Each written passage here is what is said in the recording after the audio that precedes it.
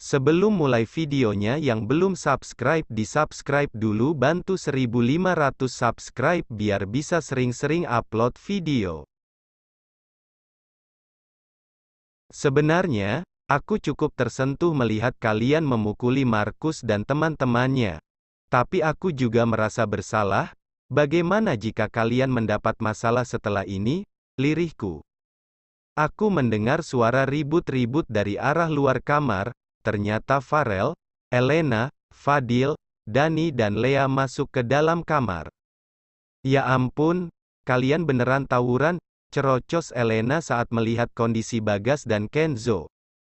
Kenzo, kamu gak apa-apa? Lea menghambur ke arah Kenzo. Lo sampai bonyok gini gas? Farel menelisik wajah Bagas. Bagas, kamu baik-baik aja? Tanya Lea. Lea, tolongin si Kenzo bersihin luka di bibirnya, ucap Bagas memberikan kotak obat pada Kenzo. Gak usah makasih, tolak Kenzo. Kamu terluka, Lea memaksa mengobati Kenzo.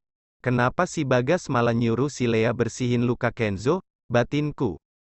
Itu gimana ceritanya sampai kalian tawuran sama geng si Markus?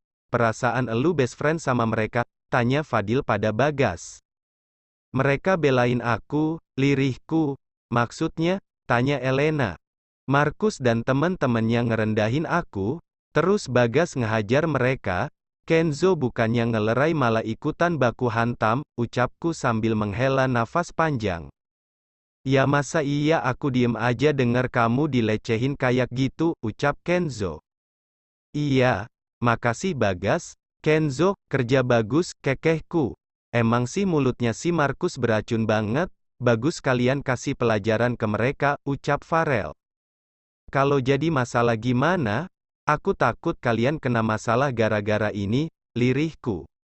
Tenang saja, aku akan membereskan semuanya, ucap Kenzo. Kalau kamu mau lapor polisi, aku bakalan kasih kesaksian kalau aku jadi korban pelecehan verbal yang mereka lakuin, ucapku mantap. Gak usah, perusahaan mereka tergantung sama Hisashi Group, kalau aku ancam mutus kontrak mereka gak bakalan perpanjang masalah ini kok, kekeh Kenzo. Aku pastiin mereka minta maaf sama kamu, kalau gak mau aku bakalan jeblosin mereka ke penjara, desis Bagas. Kalian mukulin mereka sampai dibawa ke IGD, mereka yang pasti nuntut kalian, aku mengurut dahiku pelan. Tenang aja ta, Hisashi Group gabung sama Abimanyu Group udah bakalan kelar mereka, kekeh Dani. Kita juga bakalan bantuin kamu kalau ada apa-apa, ucap Elena membelai punggungku. Makasih semuanya, ucapku terharu. Nah ini baru bener, dibelain itu bilang makasih, bukannya lepas tangan dan malah ngejerumusin yang nolong, Elena menyindir Lea. Lea hanya diam saat disindir Elena, sedari tadi Lea menatapku penuh dengan kecemburuan. Gak usah pakai baju kayak gini lagi, pinta Bagas. Kenapa emangnya, tanyaku. Gara-gara kamu pakai baju seksi mereka ngelecehin kamu, cibir Bagas. Bukan bajunya yang salah, otak mereka aja yang kotor, bela Elena. Setuju, tambahku. Gas, kenapa lu ngatur-ngatur si Lita pakai baju apa? Goda Fadil. Kayaknya gak rela tuh si Lita ditaksir ama cowok lain. Dani dengan semangat ikut menggoda Bagas. Apaan sih? Dia itu sekretaris gue, dia itu wajahnya Abimanyu Group, ucap Bagas. Sedari kapan seorang sekretaris jadi wajah perusahaan, cibirku. Gue ama Farel cabut duluan ya, Baby V udah nunggu, ucap Elena. Kalau butuh apa-apa langsung bilang aja, ucap Farel. Makasih Elena, Farel, ucapku. Besok aja kita pikirin langkah selanjutnya mau gimana, kita lihat dulu Markus dan teman-temannya ngambil langkah apa, ucap Fadil. Gue setuju, ucap Kenzo. Anterin gue pulang, pinta Bagas. Lita kesini bareng gue yang bakalan nganterin dia pulang, ucap Kenzo. Mereka mulai lagi, batinku.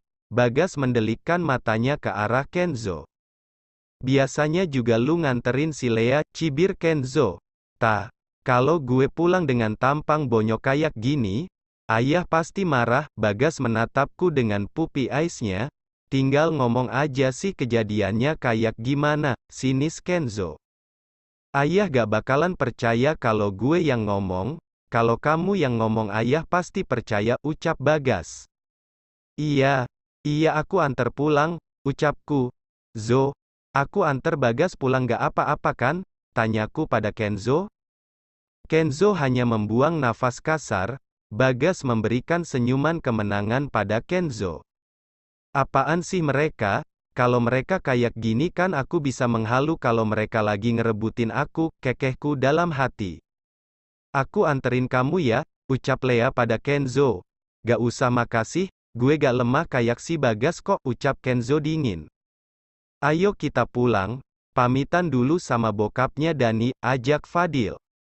Mana kunci mobil bapak, pintaku pada Bagas setelah berpamitan pada Pak Wisnu.